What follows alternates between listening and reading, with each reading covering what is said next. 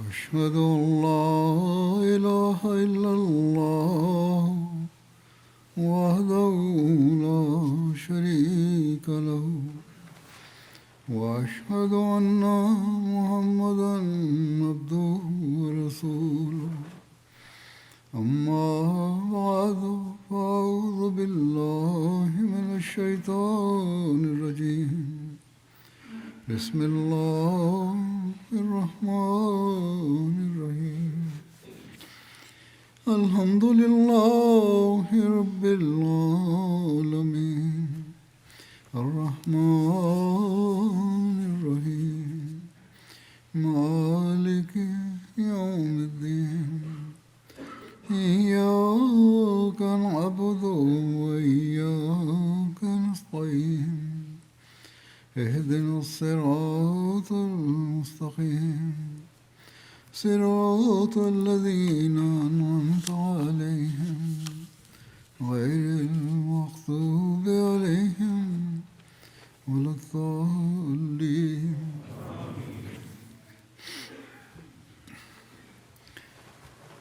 گزشتہ خطبے میں حضرت صلی اللہ علیہ وسلم کے اسوہ محبت الہی کے حوالے سے کچھ بیان ہوا تھا. اس زمانے میں آپ صلی اللہ علیہ وسلم کے غلام صادق کے عمل اور اپنے آقا کی مطابقت میں اتباع میں اس محبت الہی کی جھلک ہمیں نظر آتی ہے. یہ مثالیں آج بھی ہیں، یعنی اللہ تعالیٰ کی محبت کے جو اعلیٰ معیار ہیں اور اس کے نتیجے میں جو اللہ تعالیٰ کے فضل آپ پر ہوئے اور جو خدا تعالیٰ سے آپ کی محبت تھی، اس کو لوگ بھی محسوس کرتے تھے. لیکن بہرحال یہ کچھ واقعات بیان کرنے سے پہلے میں حضرت مسیح موعود علیہ السلام کے اپنے الفاظ میں اس محبت کا ذکر کرتا ہوں. ایک جگہ فرماتے ہیں، میں کچھ بیان نہیں کر سکتا کہ میرا کون سا عمل تھا جس کی وجہ سے یہ عنایت الہی شامل حال ہوئی. صرف اپنے اندر یہ احساس کرتا ہوں کہ فطرتاً میرے دل کو خدا تعالیٰ کی طرف وفاداری کے ساتھ ایک کشش ہے جو کسی چیز کے روکنے سے رک نہیں سکتی. سو یہ اسی کی عنایت ہے جو اللہ تعالیٰ کے مجھ پر احسانات ہیں.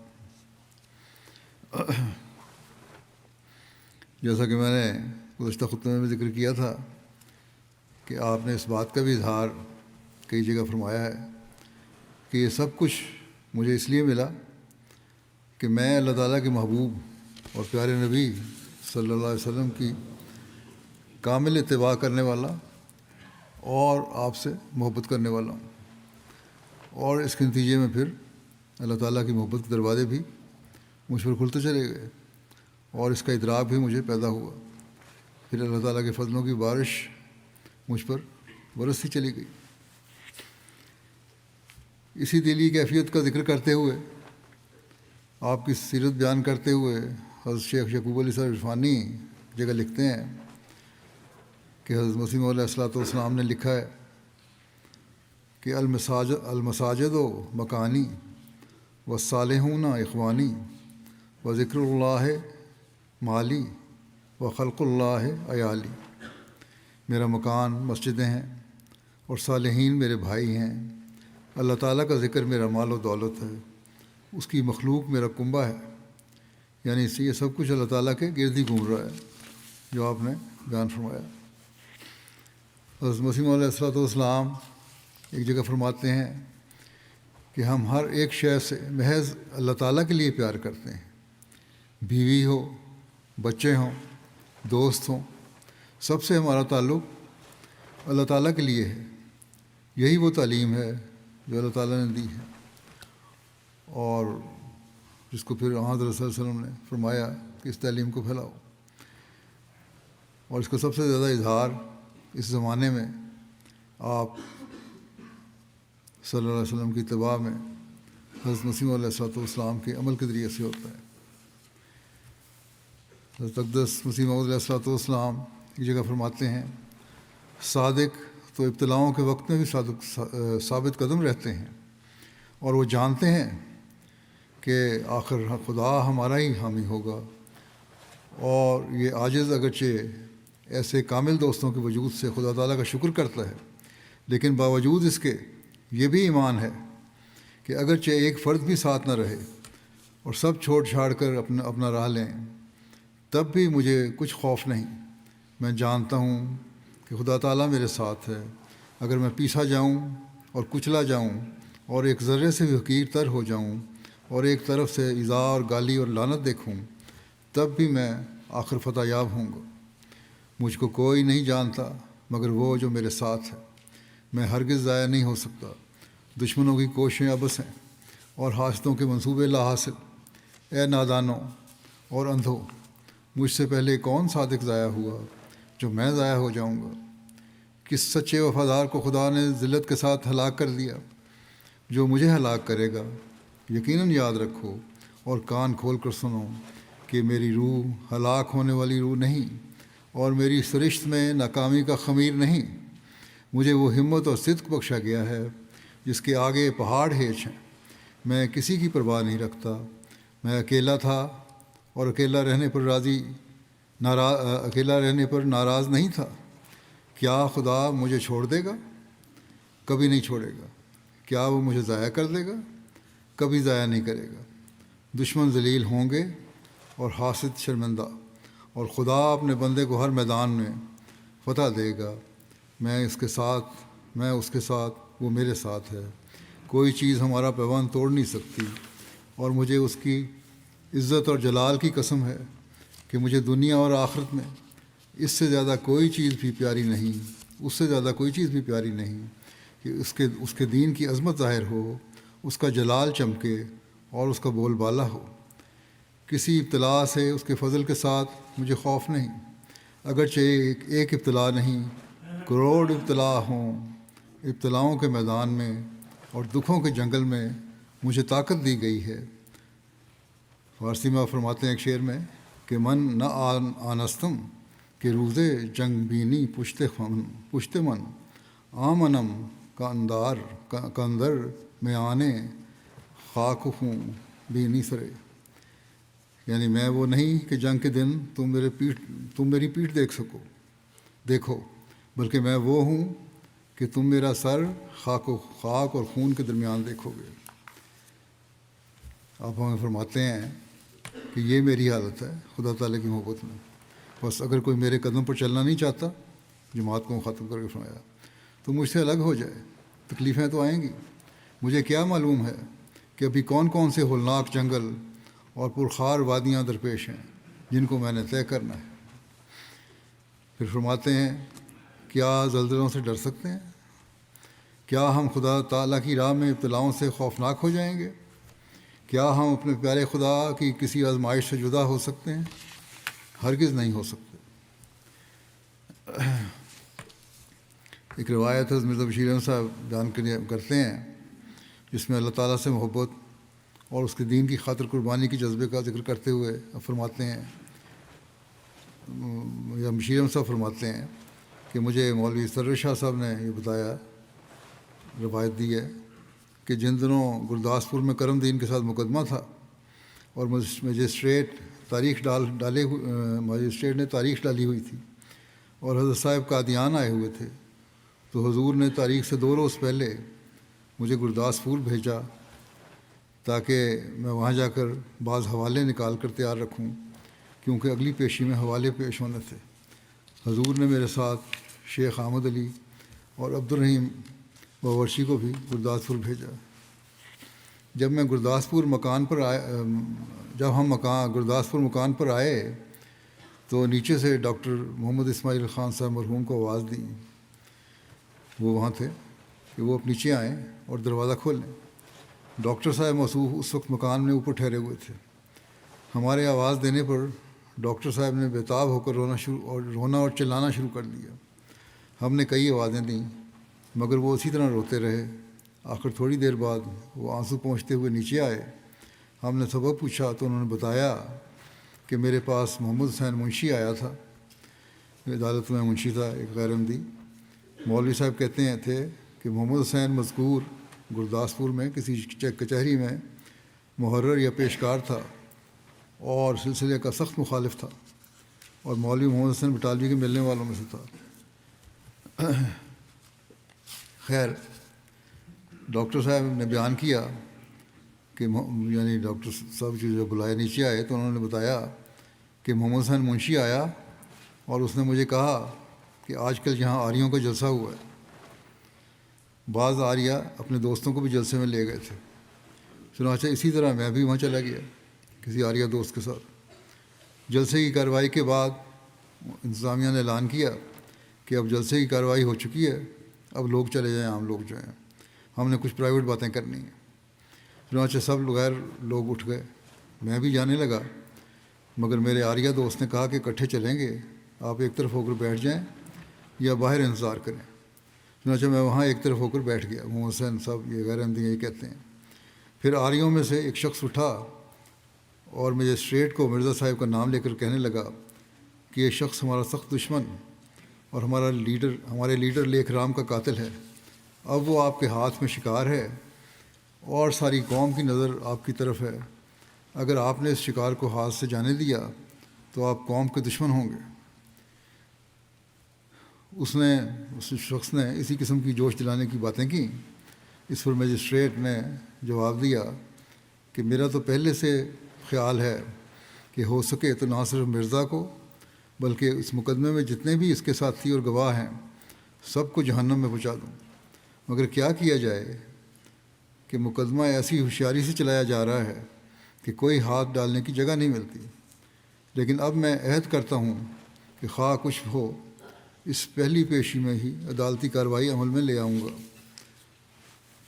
مولوی صاحب کہتے تھے کہ ڈاکٹر صاحب بیان کرتے تھے کہ محمد حسین مجھ سے کہتا تھا کہ آپ نہیں سمجھ رہے ہوں گے کہ عدالتی کارروائی سے کیا مراد ہے۔ اس کا مطلب یہ ہے کہ ہر مجسٹریٹ کو یہ اختیار ہوتا ہے کہ شروع یا دوران مقدمہ جب چاہے ملزم کو بغیر ضمانت قبول کیے گرفتار کر کے حوالات میں دے دے۔ محمد حسین نے کہا کہ ڈاکٹر صاحب آپ جانتے ہیں کہ میں آپ کے سلسلے کا سخت مخالف ہوں۔ مولوی محمد حسین کا یہ بہراؤ تھا، مخالف بھی تھا، نام بھی وہی تھا۔ مگر مجھ میں یہ بات ہے کہ میں کسی معزز خاندان کو ذلیل و برباد ہوتے، خصوصاً ہندوؤں کے ہاتھ ذلیل ہوتے نہیں دیکھ سکتا، اور میں جانتا ہوں کہ مرزا صاحب کا خاندان ضلع میں سب سے زیادہ معزز ہے۔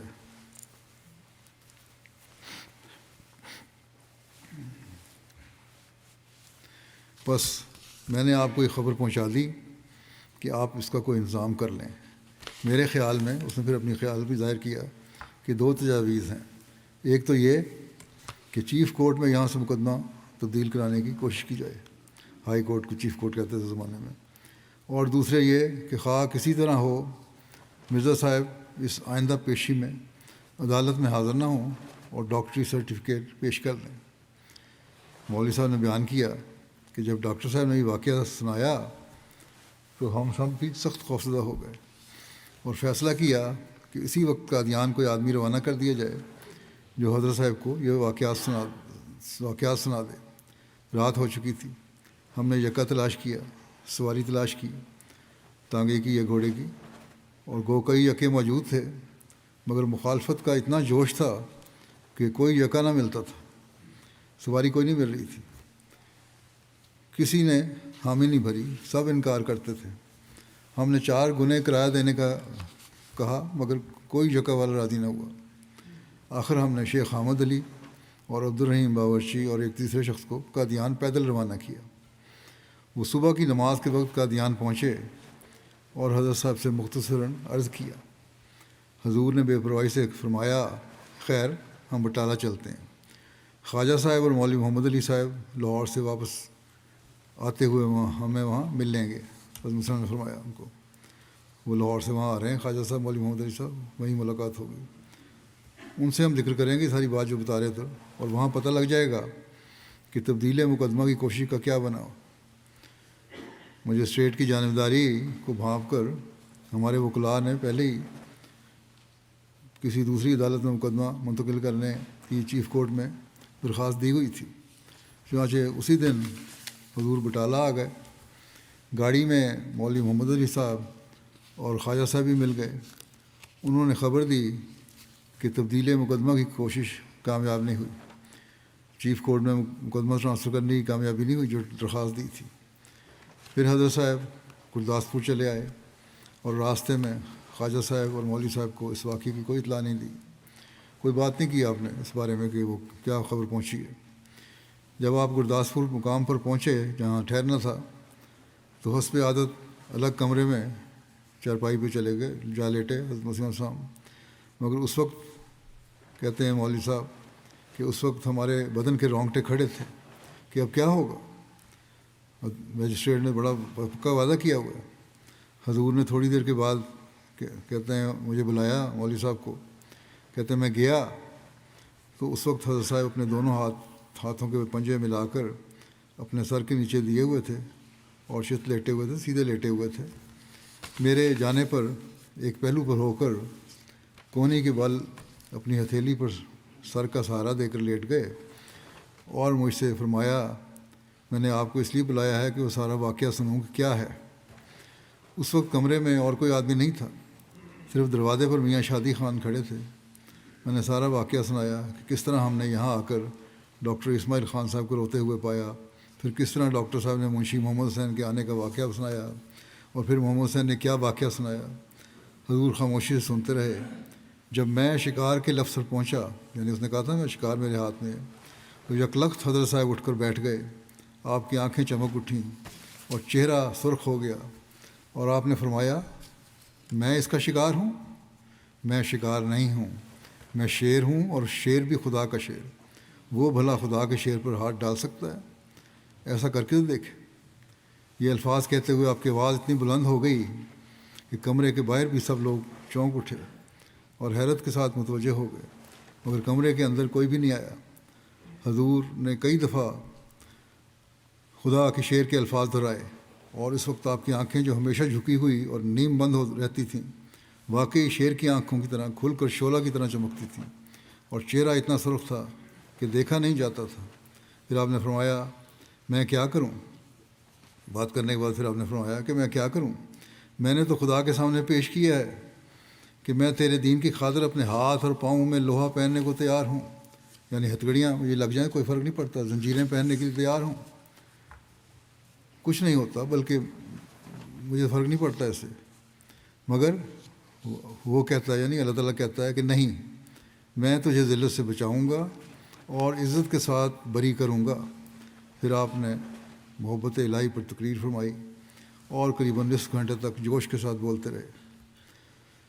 اللہ تعالیٰ کی محبت میں، اللہ تعالیٰ سے عشق و محبت میں قربانی کا ایک عجیب تصور ہے۔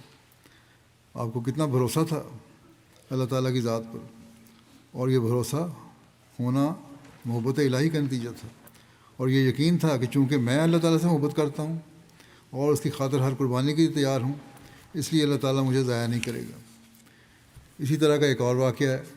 ایک بار جب سپرنٹینڈنٹ پولیس کیپٹن لیمار چند لیکھ رام کے قتل کے شبے میں اپنے سپاہیوں کے لاہور لشکر کے ساتھ اچانک قادیان آیا اور حضرت میر ناصر نواب صاحب کو اس کی اطلاع ہوئی، تو وہ سخت گھبراہٹ کی حالت میں حضرت مسیح علیہ السلام کے پاس گئے اور رندھی ہوئی آواز میں بمشکل عرض کیا کہ سپرنٹینڈنٹ پولیس وارنٹ گرفتاری کے ساتھ ہتھکڑیاں لیے ہوئے آ رہا ہے۔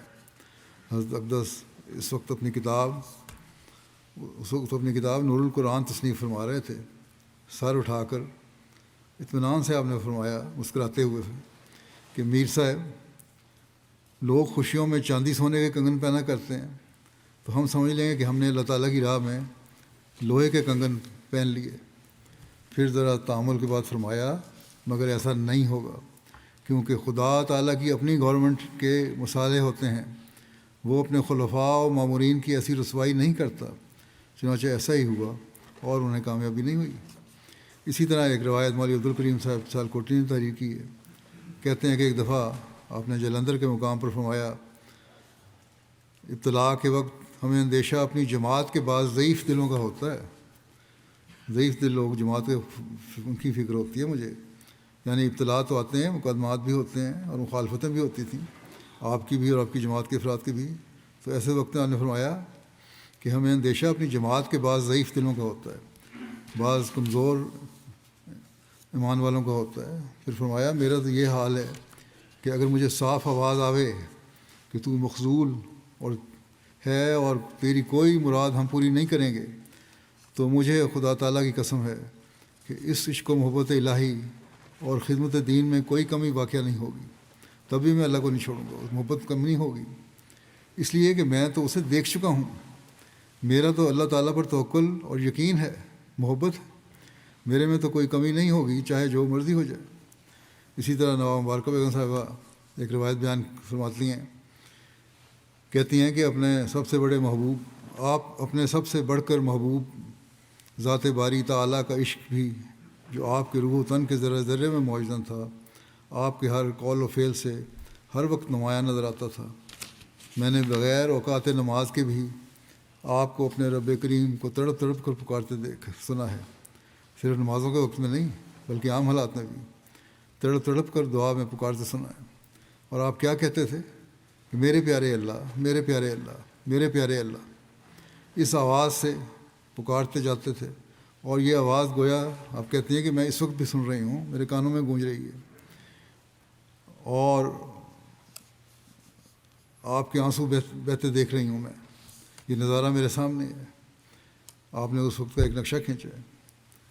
اپنے پیارے ازلی ابدی خدا تعالیٰ کے لیے غیرت کا ایک نمونہ چشم دید پیش کرتی ہوں. آپ فرماتی ہیں، کہتی ہیں کہ یہ تو دعاؤں کی حالت تھی جو میں نے دیکھی تھی، لیکن ایک واقعہ بھی پیش کر دیتی ہیں. لکھتی ہیں کہ آپ حجرے میں تھے، باہر جانے کی تیار تھے، کہیں جا رہے تھے باہر. میں آپ کے پاس تھی.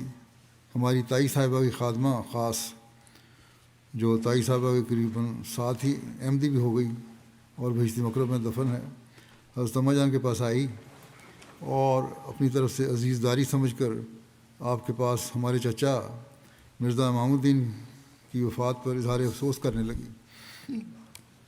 جس وقت اس کے منہ سے یہ لفظ نکل رہے تھے کہ بڑا ہی چنگا بندہ تھی، پنجابی میں کہا، حضرت مسیم علیہ السلام باہر نکلے. آپ کا چہرہ مبارک سرخ ہو رہا تھا. آپ نے اپنا عصا زمین پر مار کر کہا، بدبخت تو میرے گھر میں میرے خدا کے دشمن کی تعریف کرتی ہے. مرزا محمود الدین صاحب تو اسلام سے برگشتہ تھے اور اللہ تعالیٰ کا استحضاء کیا کرتے تھے. آپ کی غیرت نے برداشت نہیں کیا کہ گھر میں بیٹھ کر، ان کے گھر میں بیٹھ کر اس کا ذکر ہو. نواب مبارکہ صاحب لکھتی ہیں کہ ایسا جلال آپ کی آواز میں تھا کہ وہ عورت وہاں سے سرپٹ بھاگی. مرزا محمود الدین صاحب دہریہ تھے، اور آپ کب گوارہ کر سکتے تھے کہ آپ کے گھر میں ایک دہریہ کی اس قدر تعریف ہو. آپ نے اپنے آقا حضرت محمد رسول اللہ صلی اللہ علیہ وسلم کی پیروی میں بچپن اور جوانی سے ہی خدا تعالیٰ کی محبت میں اپنا وقت گزارا ہے. ایک روایت میں حضرت مرزا بشیر احمد صاحب لکھتے ہیں کہ ایک سکھ ذمہ دار کا بیان ہے جس نے حضرت مسیح موعود علیہ السلام کو ہمارے دادا کی طرف سے نوکری کا پیغام لا کر دیا کہ ایک دفعہ ایک بڑے افسر یا رئیس نے ہمارے دادا سے پوچھا کہ سنتا ہوں کہ آپ کا ایک چھوٹا لڑکا بھی ہے، مگر ہم نے اسے کبھی دیکھا نہیں. دادا صاحب نے مسکراتے ہوئے فرمایا، حضرت مسیح السلام کے والد نے، ہاں میرا ایک چھوٹا لڑکا تو ہے، مگر وہ تازہ شادی شدہ دلہنوں کی طرح کم ہی نظر آتا ہے. اگر اسے دیکھنا ہو تو مسجد کے کسی گوشے میں جا کر دیکھ لو، وہ تو مسیتڑ ہے. اس روایت کو مزید مراج الدین صاحب عمر نے بھی وضاحت سے لکھا ہے کہ نے فرمایا کہ مسجد میں جا کر سقایا کی ٹوٹی میں تلاش کرو، وہاں جو وضو کرنے کی جگہ پانی کی ٹینکی ہے، ٹوٹیاں ہیں، وہاں جا کے تلاش کرو. اگر وہاں نہ ملے تو مایوس ہو کر واپس مت آنا، مسجد کے اندر چلے جانا اور وہاں کسی گوشے میں تلاش کرنا. اگر وہاں بھی نہ ملے تو پھر بھی نا امید ہو کر لوٹ مت آنا، کسی صف میں دیکھنا کہ کوئی اس کو لپیٹ کر کھڑا کر گیا ہوگا، کیونکہ وہ تو زندگی میں مرا ہوا ہے، کیونکہ فنا فی اللہ ہونے کی اتنی حالت ہو چکی ہے، اگر کوئی صف میں لپیٹ دے تو آگے سے حرکت بھی نہیں کرے گا، پتہ بھی نہیں لگے گا. اسی طرح مرزا بشیر احمد صاحب نے ایک اور روایت بیان کی ہے. لکھتے ہیں کہ مجھے بیان کیا حاجی عبد المجید صاحب لدھیانوی نے کہ ایک دفعہ حضور لدھیانہ میں تھے. میرے مکان میں ایک نیم کا درخت تھا. چونکہ برسات کا موسم تھا اس کے پتے بڑے خوشنما طور پر سبز تھے۔ حضور نے مجھے فرمایا کہ حاجی صاحب اس درخت کے پتوں کی طرف دیکھیں کیسے خوشنما ہیں۔ حاجی صاحب کہتے ہیں کہ میں نے اس وقت دیکھا کہ آپ کی آنکھیں آنسوؤں سے بھری ہوئی تھیں۔ اللہ تعالیٰ کی قدرت، اس کی محبت آپ کو یاد آ گئی اور اس وجہ سے اس وقت آپ کی آنکھوں میں آنسو آ گئے۔ حضرت مسلم موعود رضی اللہ عنہ فرماتے ہیں یہاں ایک شخص تھے، بعد میں وہ بہت مخلص احمدی ہو گئے اور حضرت صاحب سے ان کا بڑا تعلق تھا، مگر احمدی ہونے سے قبل حضرت صاحب ان سے 20 سال تک ناراض رہے، اور وجہ یہ تھی کہ حضرت صاحب کو ان کی ایک بات سے سخت انقباض ہو گیا تھا، اور وہ اس طرح کہ ان کا ایک لڑکا مر گیا۔ حضرت صاحب اپنے بھائی کے ساتھ ان کے ہاں ماتم پرسی کے لیے گئے، افسوس کرنے گئے۔ ان میں قاعدہ تھا کہ جب کوئی شخص آتا اور اس سے ان کے بہت دوستانہ تعلقات ہوتے تو اس سے بغل گیر ہو کر روتے اور چیخیں مارتے تھے۔ اس کے مطابق انہوں نے حضرت صاحب کے بڑے بھائی سے بغل گیر ہو کر گلے مل کر روتے ہوئے کہا کہ خدا نے مجھ پر بڑا ظلم کیا ہے۔ یہ سن کر حضرت صاحب کو ایسی نفرت ہو گئی کہ ان کی شکل بھی نہیں دیکھنا چاہتے تھے۔ بعد میں خدا تعالیٰ نے انہیں توفیق دی اور وہ ان جہالتوں سے نکل آئے وہی شخص۔ اسی طرح حضرت مرزا بشیر احمد صاحب نے ایک اور روایت بیان کی ہے۔ منشی ظفر احمد صاحب کپور تھلوی نے کہتے ہیں بدریہ تحریر مجھ سے بیان کیا کہ حضرت مسیح علیہ السلام کو دوران سر کا عارضہ تھا، چکروں کی تکلیف تھی۔ ایک طبیب کے متعلق سنا گیا کہ وہ اس میں خاص ملکہ رکھتا ہے، اس بیماری کا علاج کرتا ہے۔ اسے بلوایا گیا کرایہ بھیج کر اور کہیں دور سے۔ اس نے حضور کو دیکھا اور کہا کہ 2 دن میں آپ کو آرام کر دوں گا، میں ٹھیک کر دوں گا آپ کو۔ یہ سن کر حضرت صاحب اندر چلے گئے اور حضرت مولوی نور الدین صاحب کو رکا لکھا کہ اس شخص سے میں علاج ہرگز نہیں کرانا چاہتا، یہ کیا خدائی کا دعویٰ کرتا ہے؟ اس کو واپس کرایہ کے روپیہ اور مزید 25 روپے دے کر بھیج دیں، اور اپنے اندر سے بھیجا کہ ان کو دے دیں اور اسے رخصت کر دیں۔ چنانچہ ایسا ہی کیا گیا۔ آپ نے فرمایا یہ کہتا ہے کہ میں ٹھیک کر دوں گا، خدا تعالیٰ کے علاوہ کون ہے ٹھیک کرنے والا؟ اصل شافی تو خدا تعالیٰ کی ذات ہے۔ اسی طرح حضرت مرزا بشیر احمد صاحب ایک اور روایت بیان کرتے ہیں منشی ظفر احمد صاحب کپور تھلوی کی کہ چودھری رستم علی صاحب مرحوم انسپکٹر ریلوے تھے، 150 روپیہ ماہوار تنخواہ پاتے تھے، بڑے مخلص اور جماعت کے میں قابل ذکر آدمی تھے۔ وہ 20 روپیہ ماہوار اپنے پاس رکھ کر باقی کل تنخواہ حضرت صاحب کو بھیج دیتے تھے۔ ہمیشہ ان کا یہ قاعدہ تھا۔ ان کے محض ایک لڑکا تھا، وہ بیمار ہوا تو وہ اسے قادیان لے آئے، وہاں اپنی اہلیہ کے حضرت مسیح علیہ السلام کے مکان میں قیام پذیر ہوئے۔ حضرت اقدس نے ایک دن فرمایا کہ رات میں نے رویا میں دیکھا کہ میرے خدا کو کوئی گالیاں دیتا ہے۔ مجھے اس کا بڑا صدمہ ہوا۔ جب آپ نے رویا کا ذکر فرمایا تو اس سے اگلے روز چودھری صاحب کا لڑکا فوت ہو گیا، کیونکہ ایک ہی لڑکا تھا۔ اس کی والدہ نے بہت زیادہ فضا کی اور اس حالت میں اس کے منہ سے نکلا، ارے ظالم، تو نے مجھ پر بڑا ظلم کیا، یعنی خدا کو مخاطب کیا۔ ایسے الفاظ وہ کہتی رہی جو حضرت صاحب نے سن لیے۔ اسی وقت آپ باہر تشریف لائے اور آپ کو بڑا رنج معلوم ہوتا تھا، اور بڑے جوش سے آپ نے فرمایا کہ اسی وقت یہ عورت میرے گھر سے نکل جائے۔ ڈاکٹر صاحب میر محمد اسماعیل صاحب کی والدہ جو بڑی دانشمند اور فہمیدہ تھیں، انہوں نے چودھری صاحب کی بیوی کو سمجھایا اور کہا کہ حضرت صاحب سخت ناراض ہیں۔ اس نے توبہ کی اور معافی مانگی اور کہا کہ اب میں رونے کی بھی نہیں۔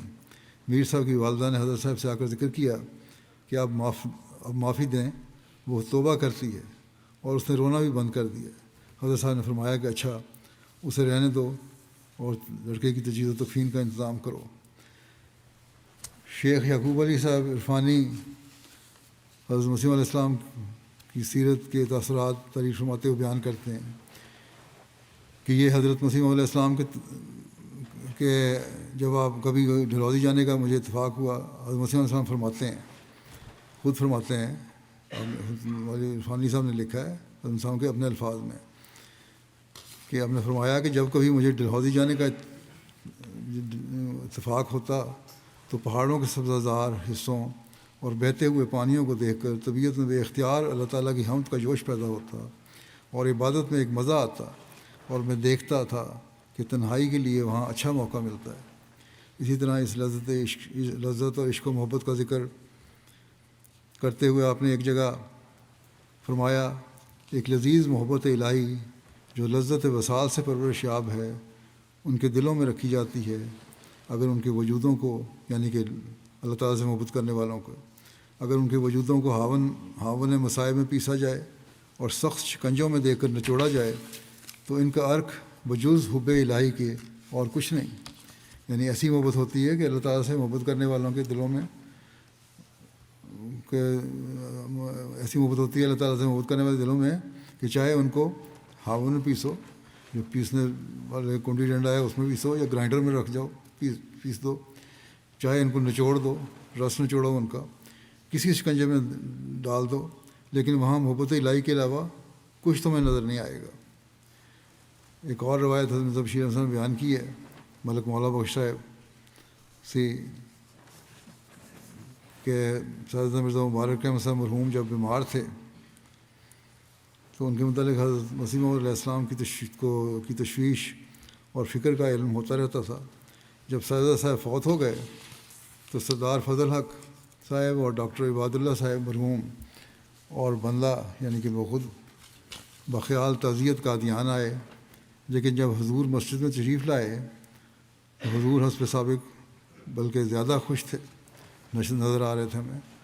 صاحبزادہ مرحوم کی وفات کا ذکر آیا تو حضور نے فرمایا کہ مبارک احمد فوت ہو گیا، میرے مولا کی بات پوری ہوئی، اس نے پہلے ہی بتا دیا تھا کہ یہ لڑکا یا تو جلد فوت ہو جائے گا یا بہت جلد یا بہت باخدا ہوگا. بس اللہ نے اس کو بلا لیا. ایک مبارک احمد کیا اگر 1000 بیٹا ہو اور 1000 ہی فوت ہو جائے مگر میرا مولا خوش ہو، اس کی بات پوری ہو، میری خوشی اسی میں ہے. یہ حالت دیکھ کر کہتے ہیں افسوس کرنے گئے تھے، ہم میں سے کسی کو افسوس کے اظہار کی ضرورت نہیں ہوئی. حضرت نواب مبارکہ بیگم صاحبہ لکھتی ہیں،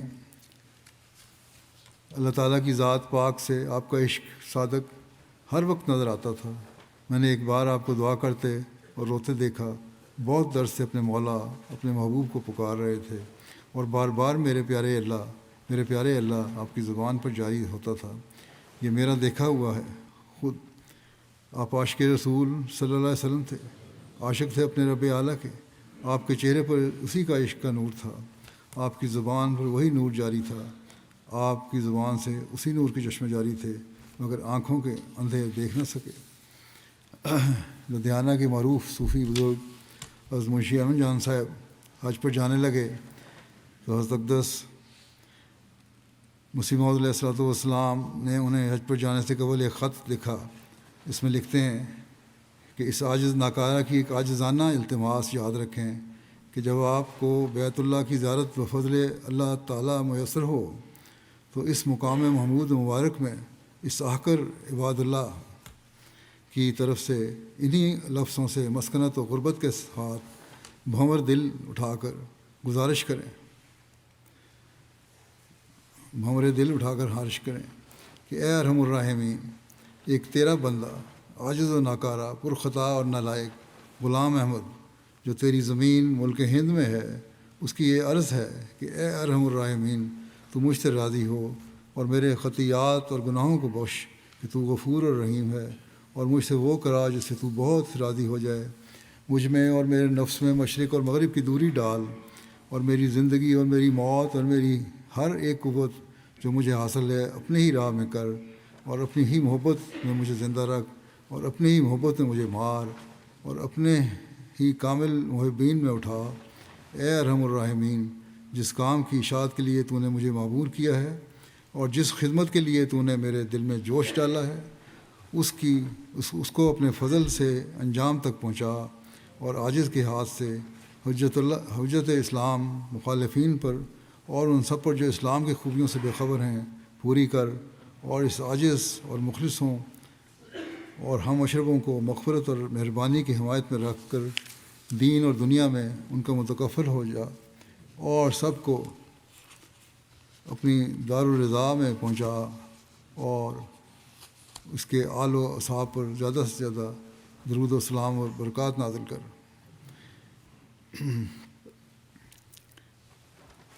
میں نے پوری دعا کے بعد اس سے پڑھے ہیں، شاید بیچ میں سے رہ بھی گئے ہیں. بہرحال حضرت منشی صاحب نے حضرت مسیح علیہ السلام کے حکم کے مطابق اپنی جماعت کے ساتھ اس سال حج اکبر کے موقع پر بیت اللہ اور عرفات میں یہ دعا کی.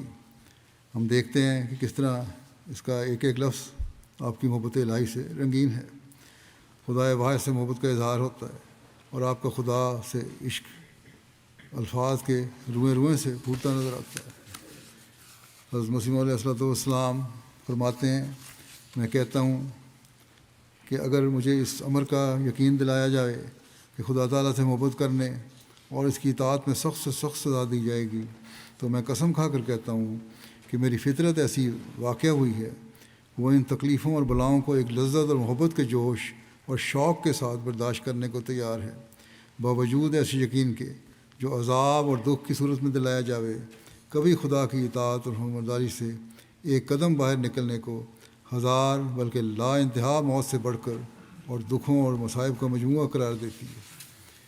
پھر فرمایا کیا بدبخت وہ انسان ہے جس کو اب تک یہ پتہ نہیں کہ اس کا ایک خدا ہے جو ہر ایک چیز پر قادر ہے. ہمارا بہشت ہمارا خدا ہے, ہماری اعلیٰ لذات ہمارے خدا میں ہیں کیونکہ ہم نے اس کو دیکھا اور ہر ایک خوبصورتی اس میں پائی. یہ دولت لینے کے لائق ہے اگرچہ جان دینے سے ملے, اور یہ لال خریدنے کے لائق ہے اگرچہ تمام وجود کھونے سے حاصل ہو. اے محروموں, اس چشمے کی طرف دوڑو کہ وہ تمہیں سیراب کرے گا. یہ زندگی کا چشمہ ہے جو تمہیں بچائے گا. میں کیا کروں اور کس طرح اس خوشخبری کو دلوں میں بٹھا دوں؟ کس دف سے میں بازاروں میں منادی کروں کہ تمہارا یہ خدا ہے تا لوگ سن لیں, اور کس دوا سے میں علاج کروں تا سننے کے لیے لوگوں کے کان کھلیں. اگر تم خدا کے ہو جاؤ گے تو یقیناً سمجھو گے خدا تمہارا ہی ہے. تم سوئے ہوئے ہوگے اور خدا تعالیٰ تمہارے لیے جاگے گا, اور تم دشمن سے غافل ہوگے اور خدا اسے دیکھے گا اور اس کے منصوبے کو توڑے گا. تم ابھی تک نہیں جانتے کہ تمہارے خدا میں کیا کیا قدرتیں ہیں, اور اگر تم جانتے تو تم پر کوئی ایسا دن نہ آتا کہ تم دنیا کے لیے سخت غمگین ہو جاتے.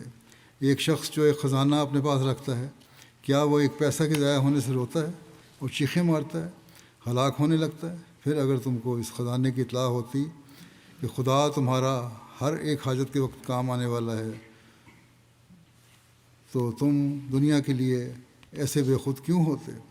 خدا ایک پیارا خزانہ ہے, اس کی قدر کرو کہ وہ تمہارے ہر ایک قدم میں تمہارا مددگار ہے.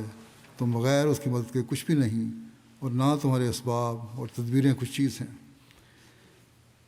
پھر خدا سے محبت کا اظہار کرتے ہوئے بڑے پیارے انداز میں آپ نے فرمایا وہ میرے خدا, میرے مولا, میرے پیارے مالک, میرے محبوب, میرے معشوق. دنیا کہتی ہے, یعنی اپنے آپ کو کہہ رہے ہیں کہ دنیا مجھے کہتی ہے کہ تو کافر ہے, کہ مگر کیا تو اس سے پیارا مجھے کوئی اور مل سکتا ہے؟ اگر ہو تو اس کی خاطر تجھے چھوڑ دوں. لیکن میں دیکھتا ہوں کہ جب لوگ دنیا سے غافل ہو جاتے ہیں, جب میرے دوستوں اور دشمنوں کو علم تک نہیں ہوتا کہ میں کس حالت میں ہوں, اس وقت تو مجھے جگاتا ہے اور محبت سے پیار سے فرماتا ہے کہ غم نہ کھا, میں تیرے ساتھ ہوں. تو پھر اے میرے مولا, یہ کس طرح ممکن ہے کہ اس احسان کے ہوتے ہوئے پھر بھی میں تجھے چھوڑ دوں؟ ہرگز نہیں, ہرگز نہیں. حضرت مسیح علیہ السلام فرماتے ہیں کہ میں ان نشانوں کا شمار نہیں کر سکتا جو مجھے معلوم ہے. میں تجھے پہچانتا ہوں کہ تو ہی میرا خدا ہے. آپ نے اللہ تعالیٰ کو مخاطب کرتے ہوئے فرمایا اس لیے میری روح تیرے نام سے ایسی اچھلتی ہے جیسا کہ شیر خوار بچہ ماں کے دیکھنے سے, لیکن اکثر لوگوں نے مجھے نہیں پہچانا اور نہ قبول کیا. بس یہ محبت الہی اور عشق الہی تھا جو حضرت اقدس مسیح موعود علیہ السلام کو اپنے آقا کی اتباع میں اللہ تعالیٰ سے پیدا ہوا, اور اس کی تلقین آپ نے اپنی جماعت کو بھی فرمائی. آپ نے فرمایا کہ ہر قربانی کے لیے تیار رہو. جب تم اللہ تعالیٰ کی خاطر قربانی کرو گے, اس سے محبت کا اظہار کرو گے اور اس کا حق ادا کرو گے, تو پھر اللہ تعالیٰ بھی تم سے ایسی محبت کرے گا کہ ہر دشمن سے تمہیں بچائے گا, ہر تکلیف سے تمہیں بچائے گا, اور اس کی رضا کی خاطر تم جو بھی کام کرو گے اس پر اللہ تعالیٰ تمہیں بے شمار نوازے گا, اس دنیا میں بھی اور اگلے جہان میں بھی. اللہ تعالیٰ ہمیں ایسا محبوب اللہ تعالیٰ کو بنائے, محبت کرنے والا بنائے. کل سے نیا سال شروع ہو چکا ہے, جانتے ہیں لوگ, ایک دوسرے کو مبارکبادیں بھی دے رہے ہیں. دعا کریں یہ سال ہمارے لیے بے شمار برکتوں کا سال ہو. اللہ تعالیٰ مخالفین اور دشمنوں کے منصوبے خاک میں ملا دے، اور جماعت کو ترقیات سے پہلے سے بڑھ کر نوازے۔ ہم جو باہر کے ملکوں بھی ہیں، خاص طور پہ آزاد ملکوں میں آزاد ہیں اور نئے سال کی خوشیاں منا رہے ہیں، بلکہ پاکستان وغیرہ میں بھی لوگ منا رہے ہیں۔ ایسے وقت میں اسیر بھائیوں کو بھی دعاؤں میں یاد رکھیں۔ پاکستان کی جیلوں میں جیسے گزشتہ دنوں میں نے بتایا تھا، مبارک ثانی صاحب جن کو عمر قید کی سزا دی، اور دوسرے اسیر ہیں قید و بند کی حالت میں ہیں۔ اس حال میں بھی وہ نئے سال میں اللہ تعالیٰ کا شکر کرتے ہوئے داخل ہو رہے ہیں، کوئی شکوہ نہیں انہیں۔ اللہ تعالیٰ کی رضا کی خاطر انہوں نے لوہے کے کڑے پہنے ہوئے ہیں۔ اللہ تعالیٰ ان کی رہائی کی جلد سامان پیدا فرمائے۔ ہمیں بھی اور ان اسیروں اور مشکل گرفتار سب احمدیوں کو اللہ تعالیٰ کی محبت کا ادراک پہلے سے بڑھ کر حاصل ہو۔ مشکلات کی وجہ سے ہماری اللہ تعالیٰ سے محبت میں کمی ہونے کے بجائے پہلے سے زیادہ اس میں اضافہ ہو۔ مظلوموں کے لیے بھی دعا کریں، اللہ تعالیٰ دنیا کے تمام مظلوموں کو ظالموں کے پنجے سے چھڑائے اور دنیا میں امن قائم ہو۔ نماز کے بعد میں جنازہ غائب بھی پڑھاؤں گا۔ پہلا ذکر ہے 3 جنازے غائب ہیں۔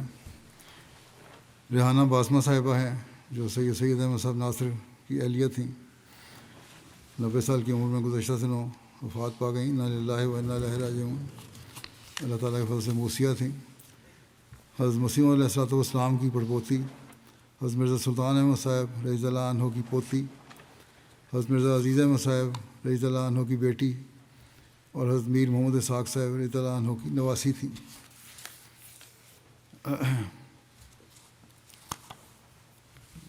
شادی کے بعد یہ ایسٹ افریقہ میں اپنے خاوند کے ساتھ چلی گئیں۔ کینیا میں انہوں کا قیام تھا اور وہاں بھی انہوں نے لجنہ کی کام کیے، خدمت کی اور کافی تنظیمی سطح پر خدمت کرتی رہیں۔ ان کے 2 بیٹے واقف زندگی ہیں۔ سید طاہر احمد ایڈیشنل ناظر اشاعت ہیں انجمن احمدیہ ربہ میں، اور سید مظفر احمد یہ بھی واقف زندگی ہیں، نظام الجائزاد میں کام کر رہے ہیں۔ اسی طرح ان کے بیٹے 3 بیٹے ہیں، ایک انیس احمد ہیں، ان کی بیٹی سلطانہ ڈاکٹر مرزا سلطان احمد کی اہلیہ ہیں۔ اسی طرح فرحانہ ہے مرزا کلیم احمد صاحب کی اہلیہ، مرزا وسیم احمد صاحب کی بہو ہیں۔ ان کے بیٹے سید طاہر احمد بیان کرتے ہیں کہ قرآن کریم سے بہت زیادہ محبت اور لگاؤ تھا، اور قرآن کریم کی تلاوت باقاعدگی اور کثرت سے کیا کرتی تھیں۔ خلافت سے بے انتہا محبت اور عقیدت کا تعلق تھا۔ یہ باتیں ان کے سب بچوں نے لکھی ہیں، یہ باتیں انہوں نے اپنے بچوں میں پیدا کی ہیں۔ ان کے بیٹے رئیس انیس احمد لکھتے ہیں کہ ہر کسی کی خوشی اور غمی میں ضرور شریک ہوتی ہیں، اور ہمیں خاص طور پہ چندہ دینے کے متعلق تلقین کرتی ہیں اور پوچھتی ہیں کہ ادا کیا ہے کہ نہیں۔ اسی طرح نفلی روزوں کی طرف بھی توجہ دلاتی ہیں۔ ان کی بیٹی فرحانہ فوزیہ کہتی ہیں کہ میں نے بچپن سے ہی اپنی والدہ کو تہجد کا پابند دیکھا ہے۔ نمازوں میں خود بھی پابند تھیں اور بچوں کو بھی وقت پر پڑھنے کی تلقین کیا کرتی تھیں۔ قرآن کریم پڑھنے کی وجہ سے کہتی ہیں میری امی کو لمبی لمبی صورتیں زبانی یاد تھیں، اور ہمیں کہا کرتی تھیں کہ قرآن کریم کی تلاوت بہت بلند آواز سے کیا کرو،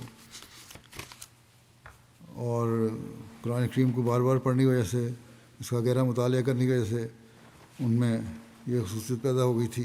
کہتے ہیں کہ ہم دور بیٹھے اور تلاوت میں کوئی غلطی کرتے تو غلطی، اگر تلاوت سن رہی ہوتی تو غلطی نکال دیا کرتی تھی۔ اسی طرح مہمان نواز بہت زیادہ تھے۔ گزشتہ پہلے اب تو خیر بہت سہولتیں ہیں ان کی، وہاں بعض دفعہ سہولتیں نہیں تھیں۔ سردیوں میں گرم پانی گیزر کے ذریعے سے، بوائلر کے ذریعے سے تو نہیں ملتا تھا، تو خود گرم کرنا پڑتا تھا صبح اٹھ کے، لیکن مہمانوں کے لیے وضو کرنے کے لیے گرم پانی مہیا کیا کرتی تھی۔ اس خلیفہ مسیح رابع کہ ان کے خاوند سید احمد صاحب جو ڈاکٹر میر اسماعیل صاحب کے بیٹے تھے، ان سے دوستی بھی تھی۔ ان کے گھر کبھی سفر پہ جاتے تو وہاں ٹھہرا کرتے تھے، تو انہوں نے خود ذکر کیا خلیفہ مسیح رابع نے کہ صبح صبح اٹھ کے تو میرے لیے گرم پانی وضو کے لیے کر کے رکھ دیا کرتے تھے غسل خانے میں. ایک دن میں نے ارادہ کیا خود جلدی اٹھوں گا اور خود پانی گرم کروں گا، اس کو تکلیف نہ ہو. لیکن کہتے ہیں کہ میں اپنی طرف سے بڑی جلدی اٹھا، لیکن اس سے پہلے میں نے دیکھا کہ گرم پانی وہاں پڑا ہوا تھا. ان کو مالی مشکلات بھی بہت آئیں، لیکن سلیقے سے انہوں نے اپنے گھر کو سنبھالا. پہلے یہ کینیا میں تھی، جیسا کہ میں نے کہا. پھر حضرت خلیفہ مسیح ثالث رحمہ اللہ تعالیٰ کے کہنے پر یہ لوگ پاکستان واپس آ گئے، اور یہاں آ کے وہ حالات پہلے جیسے تو نہیں رہے، لیکن ہنسی خوشی اور صبر سے انہوں نے سب کچھ برداشت کیا. ان کی ہم شیرہ ہیں عتیقہ فرزانہ، وہ کہتی ہیں کہ جماعتی غیرت بہت زیادہ تھی، جماعت کے خلاف کچھ بھی سننا پسند نہیں کرتی تھی. اسی طرح درشہ وار دردانہ ہیں، ان کی دوسری ہمشیرہ، وہ کہتی ہیں تہجد کے وقت اٹھنے کی اتنی عادت تھی کہ بغیر الارم کے ہی اٹھ جایا کرتی تھیں. اور میں بٹیوں کی وجہ سے میری 5 بیٹیاں ہیں، ان سے پریشان تھی، تو کہتی تھیں پرواہ نہ کرو، اللہ تعالیٰ ان کے رشتے بہتر کرے گا. اور اللہ تعالیٰ نے پھر رشتے کروا بھی دیے. کہتی ہیں بڑی صابرہ اور شاکرہ اور بہت حوصلے والی تھیں. اللہ تعالیٰ ان سے مغفرت اور رحم کا سلوک فرمائے. اگلا ذکر ہے مکرمہ عفت حلیم صاحبہ، سابق نیشنل صدر لجنہ محلہ لائبریری ہے. ڈاکٹر عبدالحلیم صاحب وقف زندگی انچارج کلینک منرویہ لائبیریا کی اہلیہ تھیں. بیمار ہوئیں، گزشتہ دنوں میں ابھی ہالینڈ آ گئی تھیں علاج کے لیے. 21 دسمبر کو ان کی وفات ہوئی ہے 59 سال کی عمر میں. انا للہ و انا الیہ راجعون. اللہ تعالیٰ کے فضل سے 1/3 حصے کی موسیہ تھیں. ان کے خاندان میں احمدیت کا نفوذ آپ کے پردادا مکرم محمد علی صاحب کے ذریعے ہوا، جنہوں نے حضرت خلیفہ مسیح ثانی رضی اللہ عنہ کے ہاتھ پر بیعت کی تھی. جولائی 2004 میں اپنے خاوند کے ساتھ یہ لائبیریا گئیں. 21 سال کا عرصہ انہوں نے لائبیریا میں گزارا، اور اس دوران میں لجنہ کے صدر بھی رہیں. آپ 2-3 موقعوں پہ خدمت کا موقع ملا ان کو، اور اس وقت بھی وفات کے وقت بھی صدر لجنہ کے طور پر خدمت کی توفیق پا رہی تھیں. تہجد گزار تھیں، روزوں کا اہتمام کرنے والی، باقاعدگی سے تلاوت قرآن کریم کرنے والی، خلافت سے بے انتہا تعلق اور محبت کا اظہار رکھنے والی، اپنی تنظیمی اور ذمہ داریوں کو بڑے اخلاص سے ادا کرتی تھیں. مالی تحریکات میں بڑھ چڑھ کر حصہ لیتی تھیں. صدقہ و خیرات کثرت سے کرتی تھیں. مہمان نوازی، مل نثاری، خوش اخلاقی اور دکھی انسانی خدمت کے جذبے سے سرشار تھیں. بہت نیک خاتون تھیں. آپ نے نہ صرف خود قرآن کریم کے شوق سے تلاوت کرنے والی تھیں آپ، بلکہ لجنہ کے لیے خصوصی کلاس کا اہتمام بھی کرواتی تھیں، اور بچوں کو قرآن کریم پڑھاتی، پھر ان کی آمین بھی کرواتی تھیں. مہمان نوازی کا انہیں بہت اعلیٰ وصف تھا، اور صرف چند دنوں تک مہمان نوازی نہیں کرتی تھیں، بلکہ کئی دن ان کے لوگ مہمان رہتے تھے آ کے، اور خوش دلی سے یہ مہمان نوازی کیا کرتی تھیں. بلکہ رمضان کے مہینے میں باقاعدگی سے ہمیشہ سحری اور افطاری کا لوگوں جو ضرورت مند تھے ان کے لیے انتظام کیا کرتی تھیں. ہر وہ شخص جو انہیں جانتا تھا آپ کی اس صفت کا بڑی ذکر محبت سے کرتا تھا. ایک حلقے کی صدر ہیں عارفہ صاحبہ، وہ کہتی ہیں نمازوں کی پابندی جو بتایا ہے ہی، کبھی کہتی ہیں گھر جانے کا موقع ملتا تو نمازوں کی پابندی کا یہ حال تھا کہ کام کرتے ہوئے اگر نماز کا وقت ہو جاتا تو کہتی ہیں کہ پہلے نماز پڑھیں گے، پھر ہم آئندہ کام کریں گے، کام کو جاری رکھیں گے. کسی قسم کا یہ نہیں تھا کہ پہلے کام کر لو پھر نماز پڑھ لو، پہلے نماز پھر باقی کام جاری رکھیں گے. اسی طرح فروخ شبیر صاحب مبلغ ہیں وہاں کے، کہتے ہیں اگر عفت حلیم صاحبہ کی شخصیت کو چند لفظوں میں بیان کرنا ہو تو یہ کہنا کافی ہے کہ وہ احمدیت کا حقیقی چہرہ تھیں. اسی طرح وہاں کے لائبیرین لوکل مومو کروما صاحب ہیں، مبلغ ہیں آج کل، کہتے ہیں مجھے متعدد موقع پر ان سے ملنے اور بات چیت کرنے کا موقع ملا اور ہر بار مجھے یہ محسوس ہوتا تھا جیسے میں ایک ایسی ماں سے گفتگو کر رہا ہوں جس کی اپنے اولاد کے لیے محبت کی کوئی حد نہیں ہوتی۔ آپ کی اپنی تو کوئی اولاد نہیں تھی، عثمان غانم میاں ہیں، اس کے علاوہ انہوں نے 2 بچے اڈاپٹ کیے تھے۔ ایک تو اپنے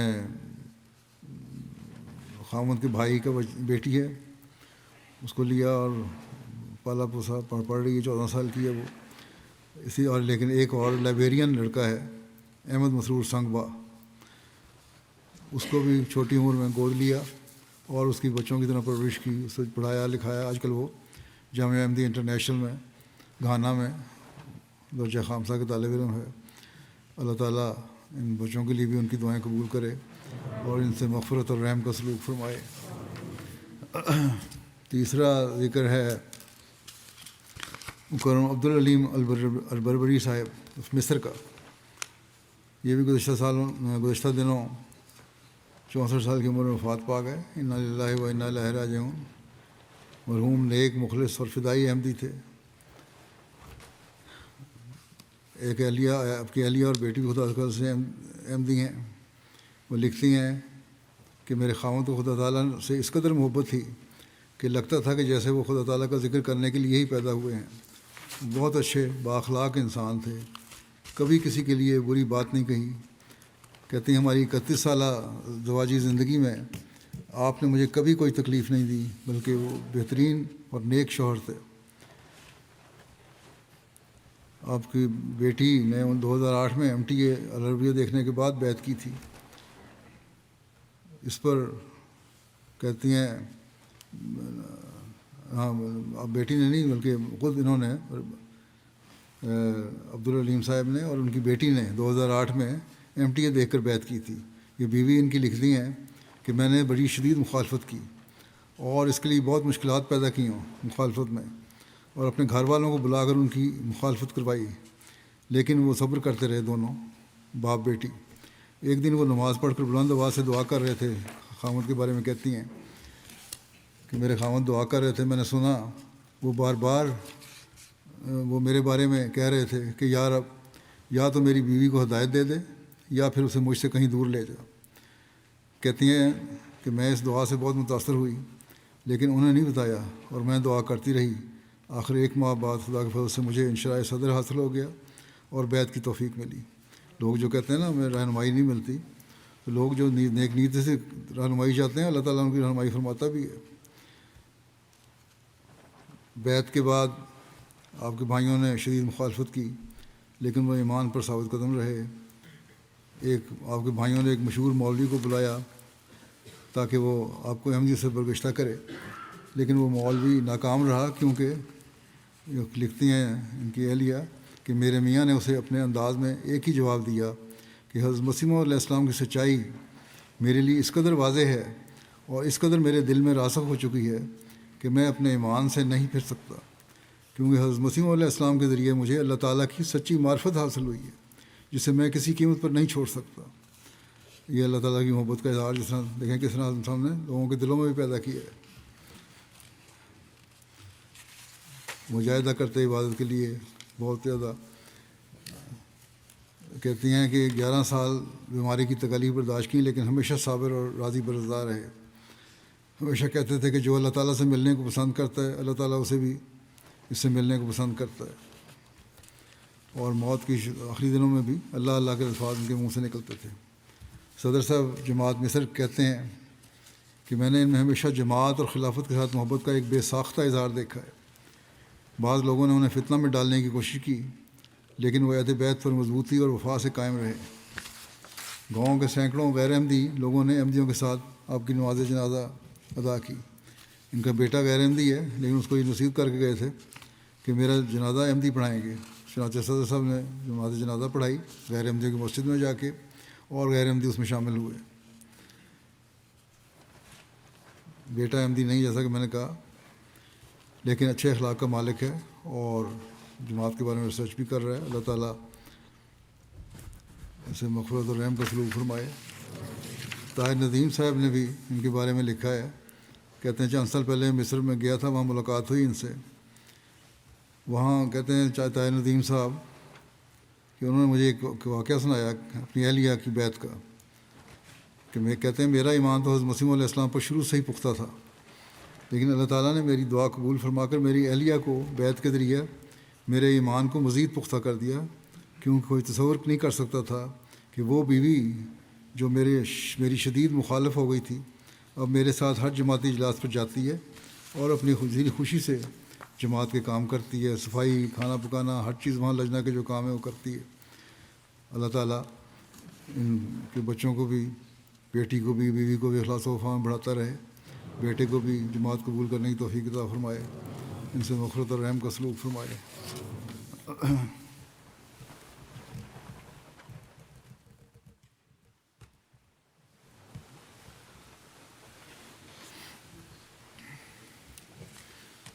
الحمد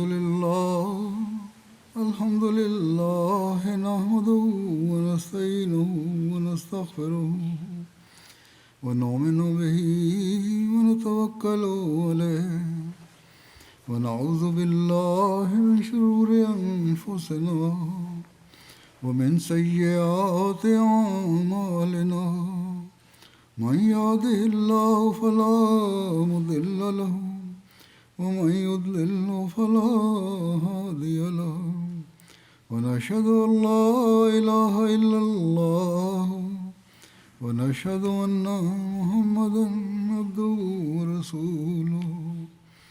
عباد الله رحمكم الله إن الله يأمر بالعدل والإحسان وإيتاء ذي القربى وينهى عن الفحشاء والمنكر والبغي يعظكم لعلكم تذكرون.